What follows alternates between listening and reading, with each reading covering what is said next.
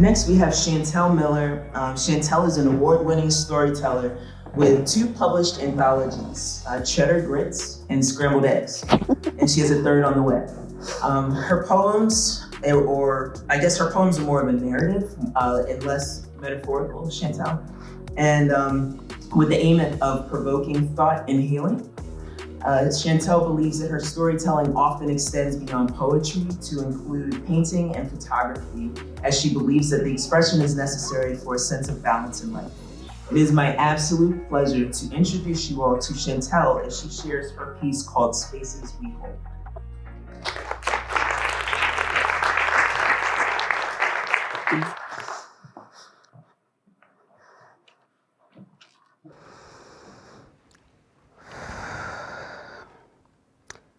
There will be days when we attempt to hold on to all that we know because it feels like time is moving faster than we are.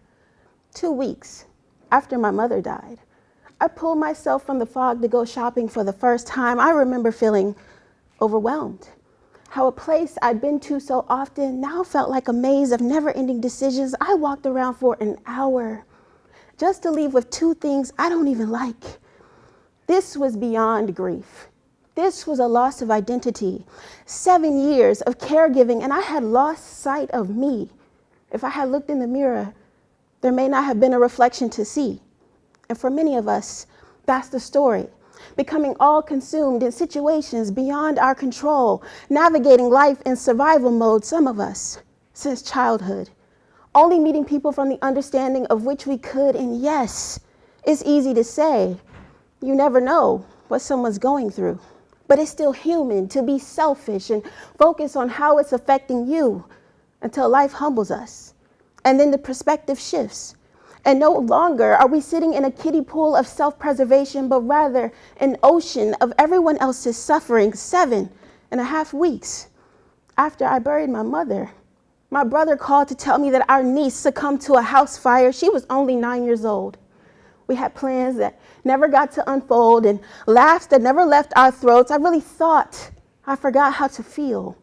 But tears always find a way to break the levee, and there I was, breaking again, in a hospital room holding my brother's hand with the weighted blanket of my mother's passing still fresh and post-traumatic stress from yet another hospital room.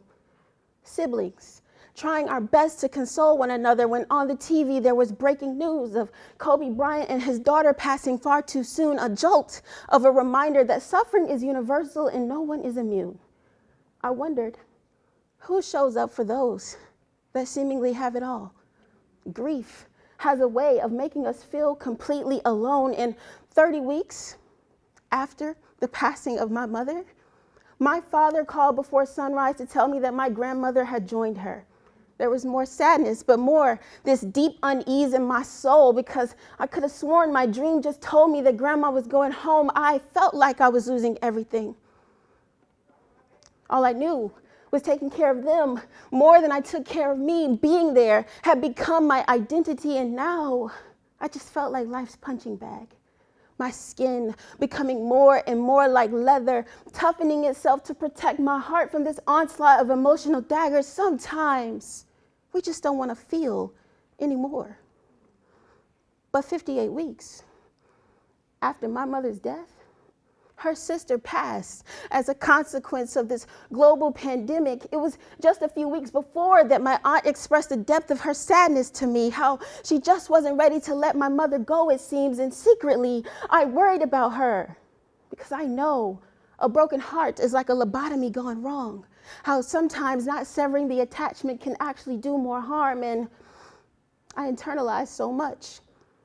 How lately my dreams have been more like premonitions rather than an escape from reality, how existing had become so heavy. But then I realized just how fortunate I had been to have served as a safe space for them, but there were days when I attempted to hold on to all that I knew because it felt like my time was standing still while everyone around me moved at the speed of light. Except for those who, no matter how far they went, they held space for me.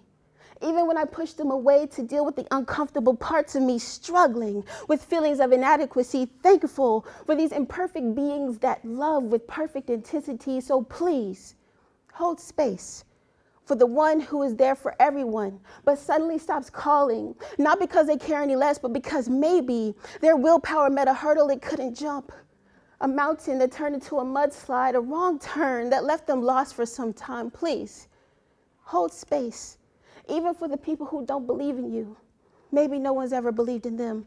So when you do whatever it is, they can believe in themselves and not wonder what if. Please, try to hold space.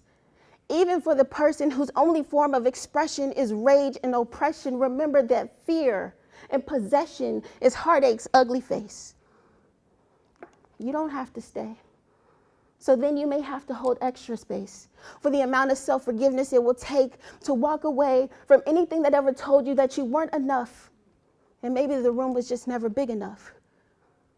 There will come a day when you will finally understand the importance of holding space for everyone. And that includes you too.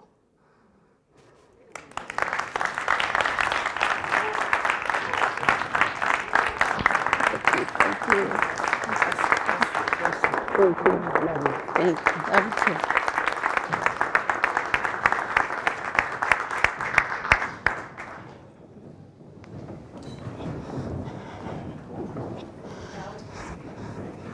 Chantel, thank you.